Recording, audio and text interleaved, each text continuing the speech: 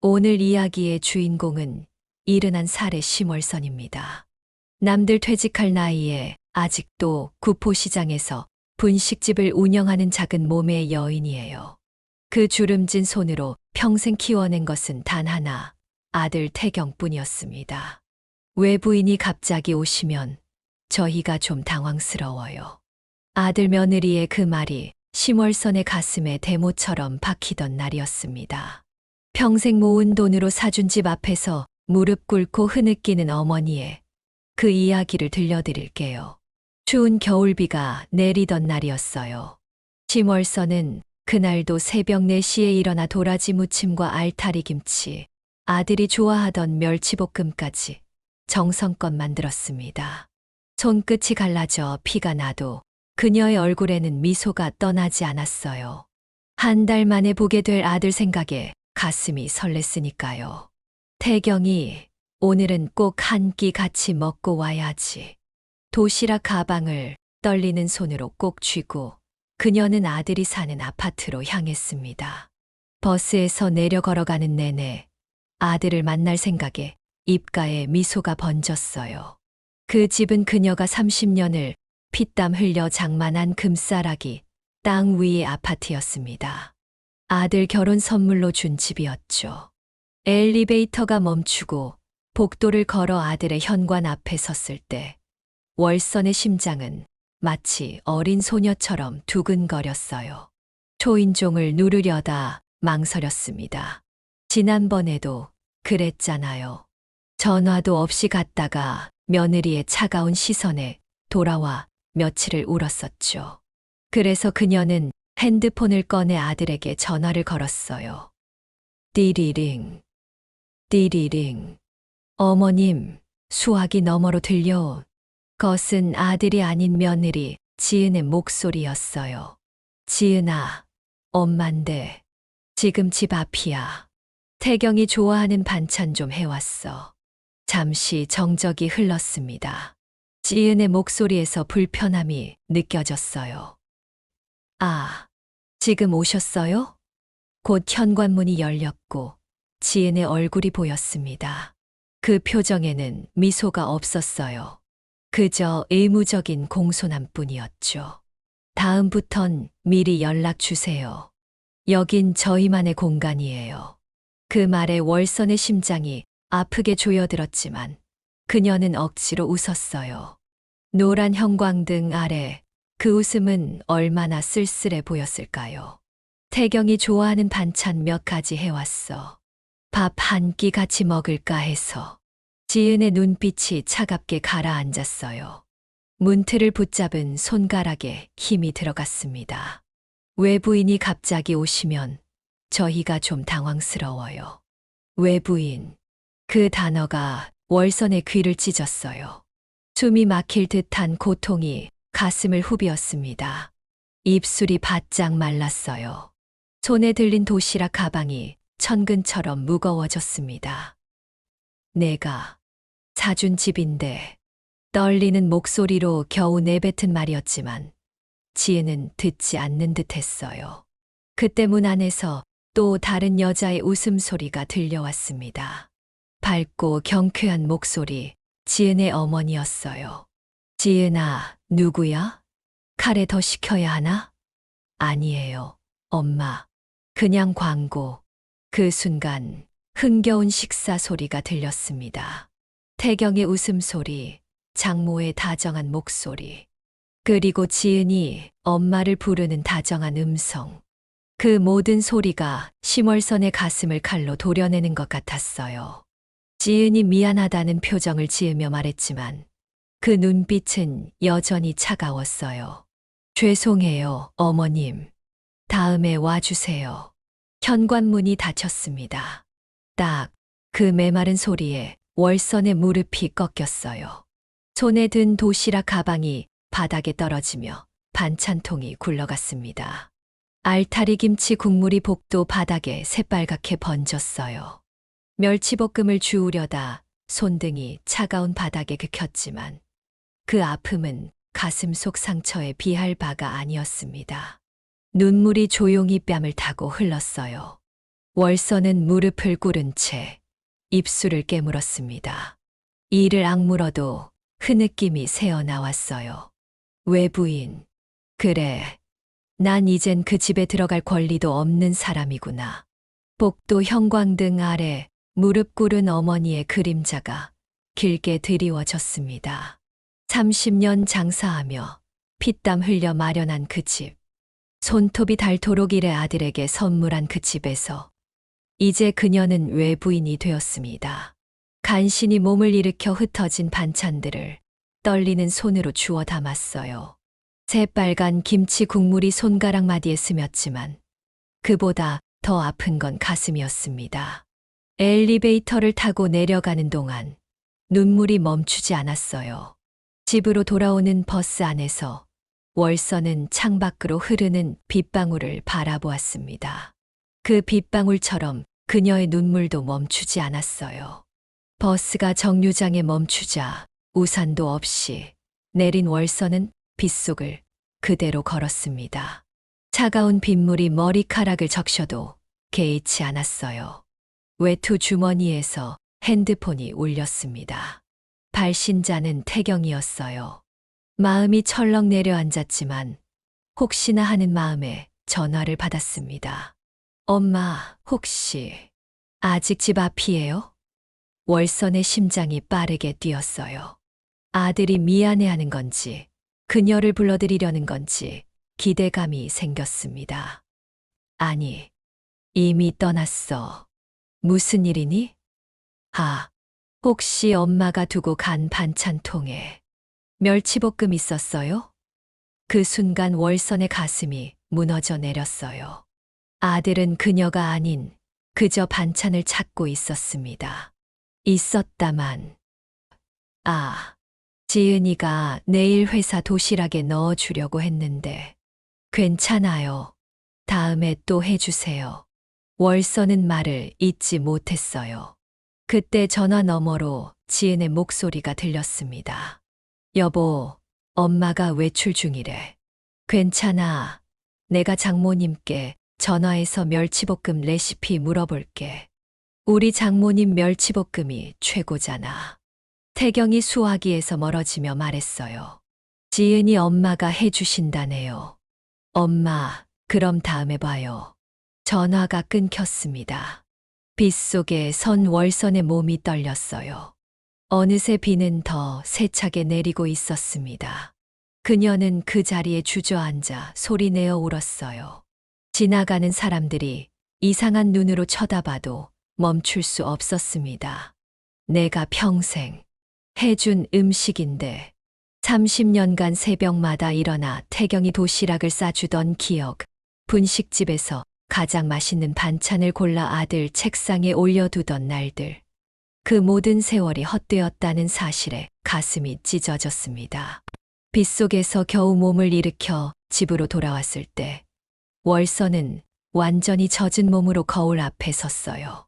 주름진 얼굴에 빗물과 눈물이 뒤섞여 흘러내리고 있었습니다. 그 모습이 낯설게 느껴졌어요.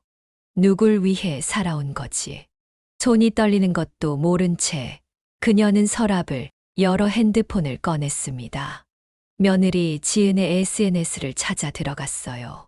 그곳에는 오늘 올라온 사진 한 장이 있었습니다. 완벽한 일요일 저녁 샵 가족 식사 샵 사랑해요 엄마. 사진 속엔 웃고 있는 태경과 지은, 그리고 지은의 어머니가 테이블에 둘러앉아 있었어요. 그리고 테이블 위에는 분명 월선이 아침에 만든 것과 똑같은 멸치볶음이 놓여 있었습니다. 월선의 손에서 핸드폰이 미끄러져 바닥에 떨어졌어요. 그녀의 반찬을 가져다 마치 지은 어머니가 만든 것처럼 그 배신감에 온몸이 떨렸습니다. 그날 밤 월선은 낡은 노트를 꺼냈습니다. 첫 장을 펴고 떨리는 손으로 적었어요. 2024년 2월 17일. 내가 사준 집에서 외부인이란 소리를 들은 날. 그리고 내 음식으로 다른 사람이 칭찬받는 날. 그 순간 그녀의 마음속 깊은 곳에서 오랜 시간 잠자던 무언가가 천천히 깨어났어요. 평생 참고 살았던 그녀의 마음 속에서 이제 분노라는 이름의 작은 불씨가 타오르기 시작했습니다. 심월선의 삶은 23이라는 꽃다운 나이에 어둠으로 덮였습니다. 따뜻한 봄날, 부산 소재 작은 병원 분만실에서 그녀는 세상에 태어난 갓난 아기를 품에 안았어요.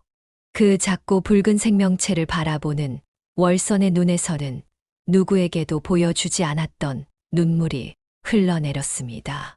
태경아, 우리 이제 둘이 살아가 보자. 창밖으로 내리는 봄비 소리만이 그녀의 말에 대답했어요. 남편은 아이가 태어나기 2달 전 사업 실패로 진 빚을 감당하지 못하고 세상을 등졌습니다. 남겨진 것은 작은 단칸방과 빚쟁이들의 독촉뿐이었어요. 병원비도 제대로 낼 수 없었던 그녀는 간호사의 동정 어린 눈길 아래 조산원을 빠져나왔습니다. 그날부터 심월선의 하루는 새벽 3시에 시작되었어요. 잠든 아기를 이웃 할머니에게 맡기고 그녀는 구포시장으로 향했습니다. 누구보다 일찍 시장 한쪽 구석을 차지한 월선은 손수 국수를 삶고 떡볶이, 양념을 버무렸어요. 손가락이 얼얼할 정도로 차가운 물에 담그고 팔뚝에 화상을 입어도 그녀의 입가에서 미소는 사라지지 않았습니다. 국수 한 그릇 더 주이소. 아이고, 떡볶이 맛있네. 여기 1,000원. 떠들썩한 시장통에서 그녀는 작은 포장마차 하나로 삶의 의지를 불태웠어요. 국수 한 그릇 500원, 떡볶이 한 접시 800원. 그 적은 돈으로 월세를 내고 아기 분유를 사고 겨우 하루하루를 버텼습니다. 5살이 된 태경이가 처음으로 유치원에 들어가던 날, 월서는 하루 장사를 접고 아이를 데려다 주었어요. 새 책가방을 메고 있는 아들의 뒷모습이 너무나 자랑스러웠습니다. 엄마, 다른 애들은 다 아빠가 데려다 줬어요. 그 말에 월선의 가슴이 찢어지는 듯 했지만 그녀는 웃으며 대답했어요. 우리 태경이는 엄마가 아빠 역할도 다 할 거야. 걱정 마. 그날 밤 잠든 아이의 이마에 키스하고 나서 월선은 베개에 얼굴을 묻고 소리 하나 없이 울었습니다. 아이에게 아빠를 줄 수 없어서, 다른 아이들처럼 풍족한 삶을 선물할 수 없어서 그렇게 밤마다 흘린 눈물로 베개는 늘 젖어 있었어요. 9살 태경이가 소풍 가는 날, 월서는 밤새 김밥을 만들었습니다.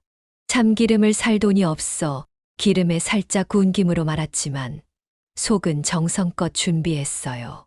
계란은 노른자만 동그랗게 올리고 시장에서 떨이로 산 당근은 예쁘게 꽃 모양으로 썰었습니다.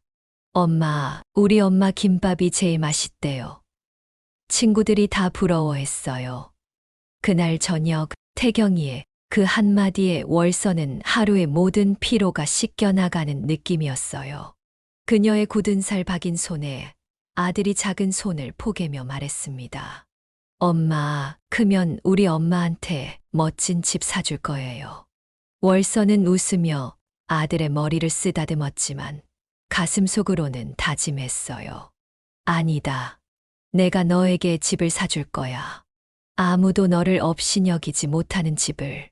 38, 월서는 10년간 모은 돈으로 드디어 작은 분식집을 열었어요. 시장 한쪽에 자리 잡은 그 가게 간판에 해맑은 태경이네라고 써붙였을 때 중학생이 된 태경은 얼굴을 붉히며 말했습니다. 엄마, 창피하게 왜 내 이름이야. 하지만 월선에게 그건 세상에서 가장 자랑스러운 이름이었어요.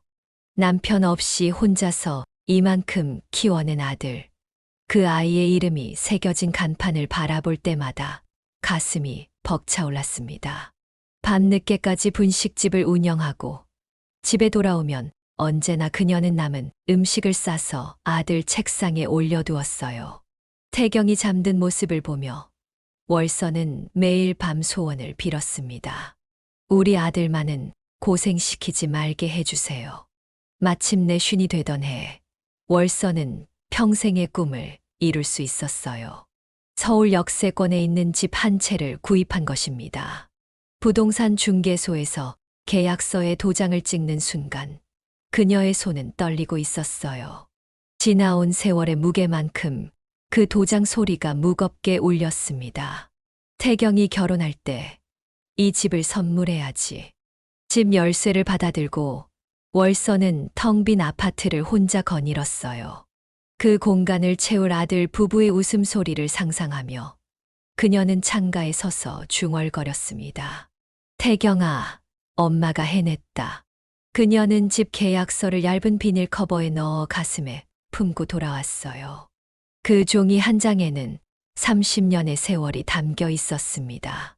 찬물에 트고 갈라진 손, 새벽부터 밤까지 국수를 삶느라 굽은 허리, 장사하느라 놓친 아들의 운동회와 졸업식들. 그 모든 희생의 결실이 이제 그녀 손에 쥐어져 있었어요. 가끔 서울 나들이를 갈 때면 월서는 일부러 그 아파트 앞을 지나갔습니다. 창문에 비친 자신의 모습을 보며 속삭였어요. 우리 태경이가 여기서 살게 될 거야. 결혼해서 예쁜 아내랑 살면서 엄마한테도 자주 놀러 오겠지. 그 소망 하나로 그녀는 모든 어려움을 견뎠어요. 세상의 어떤 것도 그녀에게는 아들의 행복보다 중요하지 않았으니까요. 하지만 그 집에서 외부인이라 불리던 그날, 월선의 가슴 깊은 곳에서 무언가가 무너져 내렸어요. 평생 모은 것은 돈이 아니라 아들의 사랑이라 믿었던 그녀에게 그것은 무너진 성처럼 아픈 상처였습니다. 비 내리는 창가에 서서 그녀는 떨리는 입술로 중얼거렸어요. 난 그 꿈에서 이제 나올란다. 3월의 하늘은 언제나 변덕스럽습니다.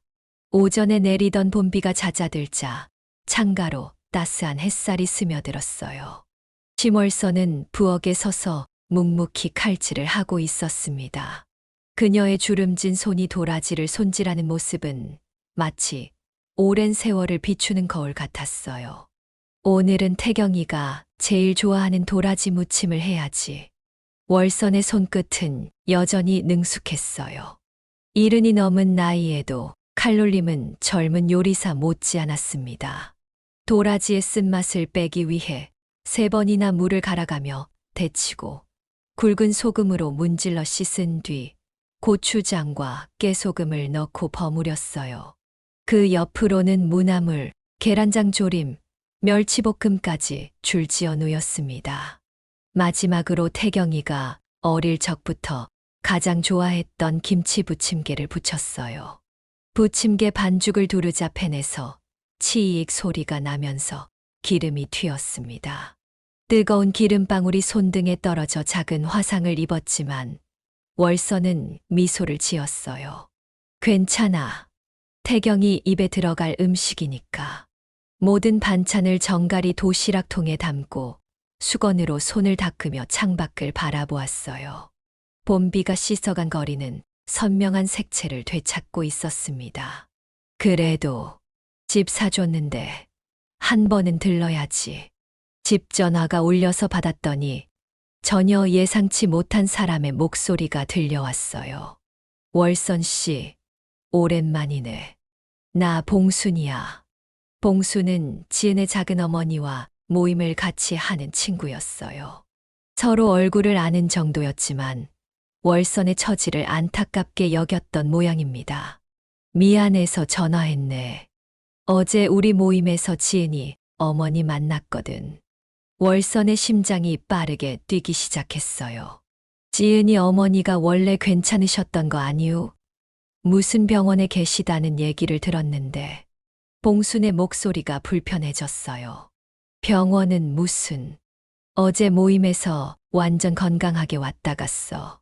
오히려 얼굴에 윤기가 좌르르 흐르더라고. 그리고 이건 얘기해야 될지 모르겠지만 자기 딸이 사는 아파트 옆집을 계약했다고 자랑하더라. 월선의 손에서 전화기가 미끄러질 뻔했어요. 뭐라고? 그래, 처가 옆집에 살게 됐다고. 사위가 다 알아봐 줬대.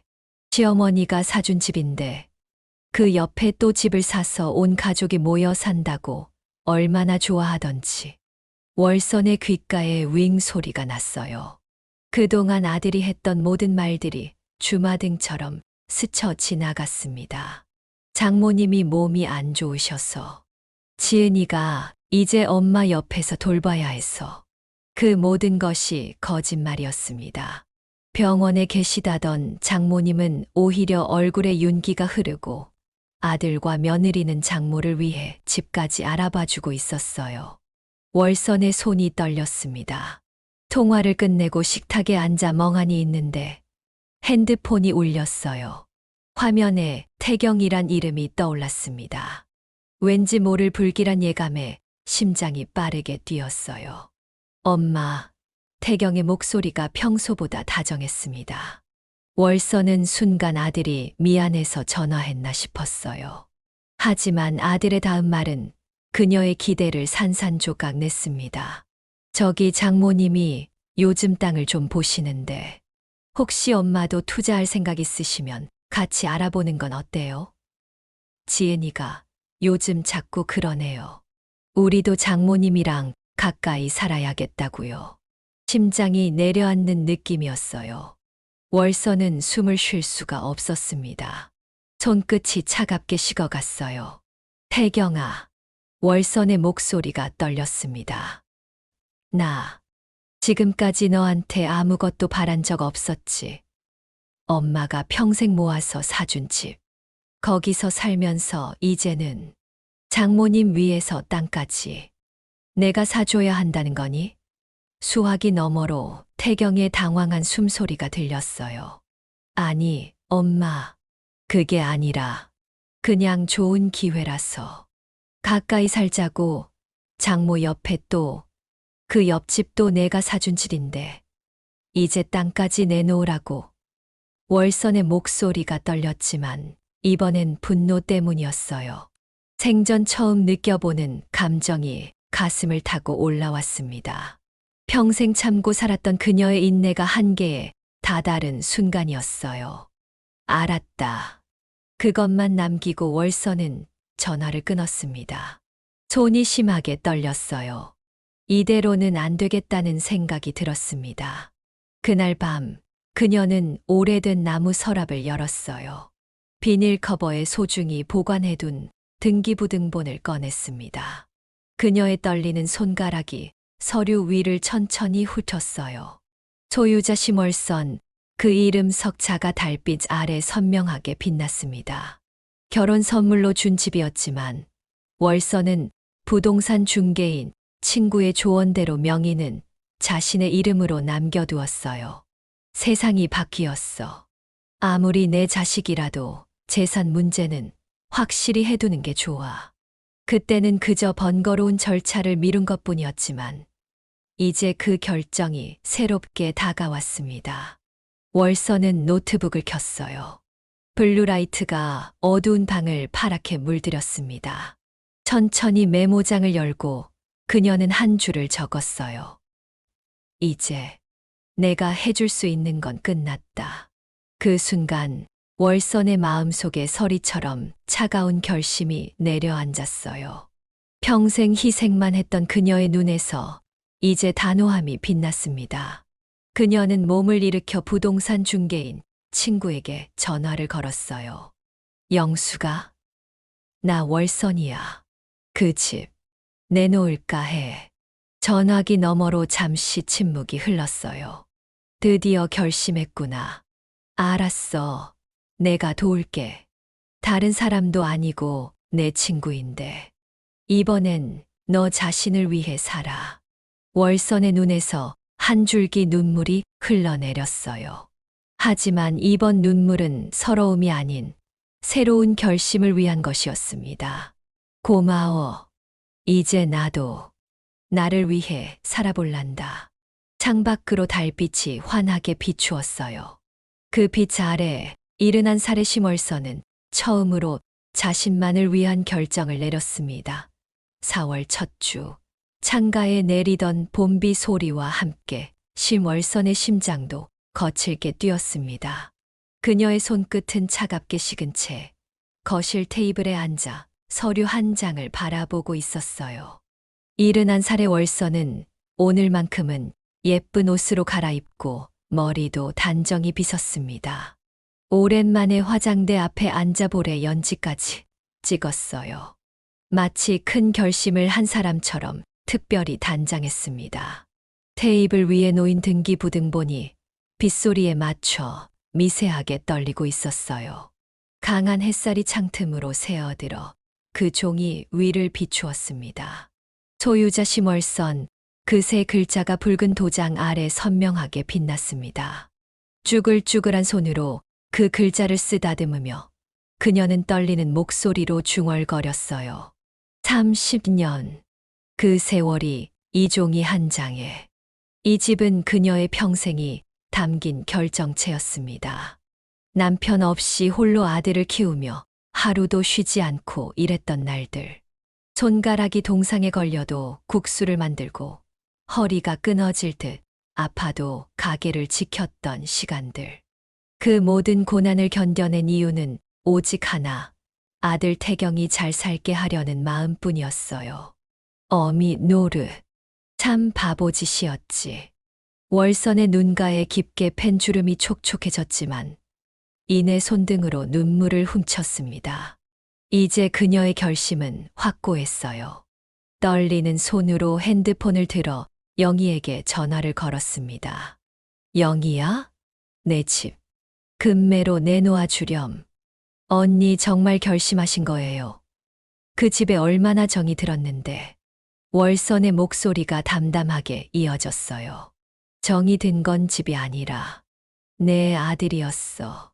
근데 그 아이는 날 버린 지 오래야. 전화를 끊고 창밖으로 눈길을 돌리자 빗방울이 유리창을 타고 흘러내렸습니다. 마치 그녀가 흘린 모든 눈물처럼 보였어요. 그때 핸드폰이 울렸습니다. 화면에 태경이라는 글자가 떠올랐어요. 엄마, 왜? 월선의 대답은 차가웠습니다.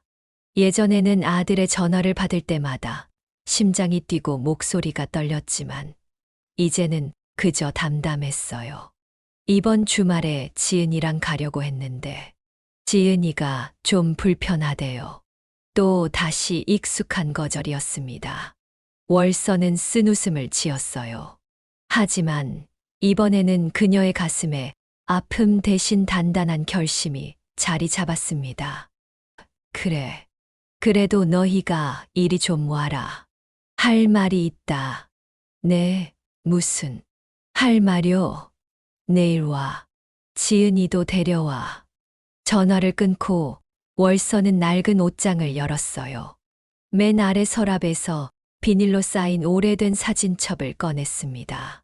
첫 페이지를 넘기자 5살 태경의 웃음 띤 얼굴이 보였어요. 유치원 입학식 날 작은 가방을 메고 있는 모습이었습니다. 그 다음 장에는 초등학교 운동회에서 1등상을 받고 환하게 웃는 태경이, 또 다음 장에는 중학교 졸업식에서 엄마 어깨에 머리를 기대고 있는 태경이 있었습니다. 한 장 한 장 넘길 때마다 그녀의 가슴은 더욱 무거워졌어요. 마지막 장에는 태경의 결혼식 사진이 있었습니다. 아들 곁에서 미소 짓고 있는 월선의 표정이 행복해 보였어요. 누가 이런 날이 올 줄 알았을까요? 그땐 정말 행복했는데 사진 위로 뜨거운 눈물이 떨어졌습니다. 월선은 손등으로 황급히 눈물을 닦았어요. 울지 말자. 이젠 울지 말자. 다음 날 오후 현관 초인종이 울렸습니다. 떨리는 손으로 문을 열자 태경과 지은이 서 있었어요. 두 사람 모두 불안한 기색이 역력했습니다. 엄마, 무슨 일이에요? 왜 갑자기 부르셨어요? 월선은 그들을 거실로 안내했습니다. 말없이 테이블로 걸어가 그곳에 놓인 서류 한 장을 집어들었어요. 손은 떨렸지만 눈빛만은 어느 때보다 단단했습니다. 이거 보아라. 태경이 서류를 받아들었습니다. 그의 눈이 커졌어요. 이게 뭐예요? 너희 집 등기부등본이다. 태경의 얼굴이 창백해졌고 지혜는 의아한 표정으로 남편 옆에 서 있었습니다. 월서는 그 서류를 테이블 위에 놓으며 말했어요. 여기, 어디에 너희 이름이 있니? 이 집은 내가 사준 집이고 아직도 내 이름으로 되어 있다. 말을 잇는 월선의 목소리가 떨렸습니다. 그리고 오늘 아침에 이 집을 팔았다. 태경의 입이 떡 벌어졌어요. 그의 두 손이 부들부들 떨리기 시작했습니다. 엄마, 장난하지 마세요. 그게 무슨 장난? 아니다. 나는 그 집 열쇠도 명의도 전부 다 내 손에 가지고 있었다. 너희는 단지 그 집에 들어가 있었을 뿐이야. 지은의 얼굴에서 핏기가 싹 가셨어요. 그녀의 입술이 파르르 떨리기 시작했습니다. 어머님, 그렇게까지 하실 줄은. 우리가 좀 서운하게 해드렸다고. 이렇게까지. 그 말에 월선의 가슴 속에 수십 년간 쌓여왔던 모든 감정이 폭발했습니다. 평생 참아온 모든 말들, 억눌러온 모든 서러움이 마치 폭포수처럼 쏟아져 나왔어요. 서운하게? 외부인이라고. 내가 평생 피땀 흘려 일해 사준 집 앞에서 나를 외부인이라고 했을 때 이 가슴이 어떻게 찢어졌는지 알기나 하니. 월선의 몸이 떨렸지만 그 떨림에는 약함이 아닌 온몸으로 솟구치는 분노가 담겨 있었어요. 내가 지난 명절 떡국 한 그릇 안 가져다 줬을 때 내가 밤새 한숨도 못 자고 맹물만 마셨다는 걸 너는 알기나 해. 그렇게 키운 내 아들이 내게 오지 말라고 했을 때 목이 메어 더 이상 말을 잇지 못했어요. 태경의 눈에도 눈물이 고였습니다. 그는 고개를 푹 숙이며 말했어요. 엄마, 정말 미안해요. 우리는 그냥, 그래. 너희는 그냥 너희 좋을 대로만 살았지. 내 가슴이 무너지든 말든 상관없었겠지. 30년 피땀 흘려 모은 돈으로 산 이 집에서 나는 외부인이 되고 말았다. 갑자기 지은이 월선 앞에 무릎을 꿇었어요. 그녀의 얼굴에서 화장이 지워질 정도로 눈물이 흘러내렸습니다. 어머님, 제발요. 저희가 정말 잘못했어요. 우리 이제 아이도 가지려고 준비하고 있어요. 지금 집을 뺏기면 어디로 가야 할지. 그 말에 월선의 심장이 잠시 흔들렸어요. 손주. 그녀가 그토록 기다려온 말이었습니다. 하지만 이내 떠오른 것은 그녀 자신이 현관문 앞에서 무릎 꿇었던 모습이었어요. 비에 젖은 반찬통을 들고 쫓겨나다시피 서 있던 그날의 기억. 문 안에서 들려오던 웃음소리. 그 모든 기억이 그녀의 심장을 다시 한번 애워쌌습니다. 월선은 오래된 사진첩을 떨리는 손으로 들어올렸어요. 그리고 태경의 무릎 앞에 조용히 내려놓았습니다. 내가 평생 바친 게 집뿐이었니? 내 젊음, 내 시간, 내 인생, 모두 내게 주었다. 그런데 받은 건, 그리고 마지막으로 그녀는 평생을 참아온 여자의 가장 단단한 결심을 담아 말했어요. 사랑으로 줬던 집인데, 이제는 존중이 없으니, 사랑도 끝이다. 그 말에 태경도 무릎을 꿇고 말았어요. 그의 어깨가 흐느낌으로 들썩였습니다. 엄마, 제발, 우리 정말 잘못했어요. 기회를 한 번만. 하지만 월선은 이미 등을 돌리고 있었습니다. 창밖으로는 빗소리가 잦아들고 어느새 햇살이 환하게 비치기 시작했어요. 그 빛 속에서 그녀의 얼굴에는 지금껏 본 적 없는 평온함이 깃들었습니다. 뺨을 타고 흐르는 마지막 눈물이 턱끝에서 떨어지는 순간 30년간 져왔던 무거운 짐을 내려놓는 해방감이 그녀를 감쌌어요. 71살의 심월선은 인생에서 처음으로 자신만을 위한 선택을 한 것입니다. 봄이 깊어가던 날, 심월서는 다정한 책방이라는 작은 간판을 달았습니다. 집을 판 돈으로 마련한 이곳은 시골 마을 어귀의 작은 한옥이었어요. 72살의 그녀가 새로운 인생을 시작한 곳입니다. 책방 안에는 오래된 책들이 빽빽하게 채워져 있었어요. 책장 사이사이로 햇살이 스며들면 공중의 먼지가 반짝이며 춤을 추었습니다. 창가에 놓인 화분들은 월선이 매일 아침 정성스레 물을 주는 덕에 초록빛이 짙어져 갔어요. 아이고, 여기 맛있는 차 한 잔 드세요. 마을 할머니들이 오후마다 모여 수다를 떨고 갔습니다. 책방은 그렇게 자연스럽게 마을의 사랑방이 되었어요. 월선은 처음으로 다른 사람의 눈치를 보지 않고 자신만을 위한 시간을 보내고 있었습니다. 그날도 평소와 다름없이 책방 창문을 닫고 있었어요. 햇살 아래 작은 창문이 반짝이자 월선은 뿌듯한 마음으로 손을 털었습니다. 그때 문득 책방 문 앞에 서 있는 사람을 발견했어요. 남자의 머리는 부스스했고 손에는 작은 종이 봉투를 들고 있었습니다. 심태경, 그녀의 아들이었어요. 햇살이 그의 등 뒤로 비쳐 실루엣만 보였지만 월선은 바로 알아보았습니다. 아무리 세월이 흘러도 그 뒷모습만큼은 어머니의 눈을 속일 수 없었으니까요. 엄마, 여기까지는 혼자 왔어요. 태경의 목소리는 떨렸습니다. 월선은 놀라지 않았어요. 어쩌면 이날이 올 것을 알고 있었는지도 모릅니다. 밥은 제대로 먹고 다니니? 짧은 그 한마디에 태경의 눈에 눈물이 고였어요. 그는 입술을 깨물며 고개만 끄덕였습니다. 월선은 그를 안으로 들이지 않았어요. 대신 책방 카운터에서 작은 나무 상자를 꺼내 내밀었습니다. 이거 갖고 가거라. 상자 안에는 태경 명의의 적금 통장과 작은 쪽지가 들어 있었어요. 쪽지에는 월선의 반듯한 글씨체로 이렇게 적혀 있었습니다. 사랑은 주는 거지만 존중은 받아야 하는 거다. 내가 너를 사랑했기에 이제 놓아준다. 태경의 손이 떨렸어요. 그는 책방 앞마당에 무릎을 꿇었습니다. 하지만 월선은 이미 등을 돌려 책장 정리를 시작했어요.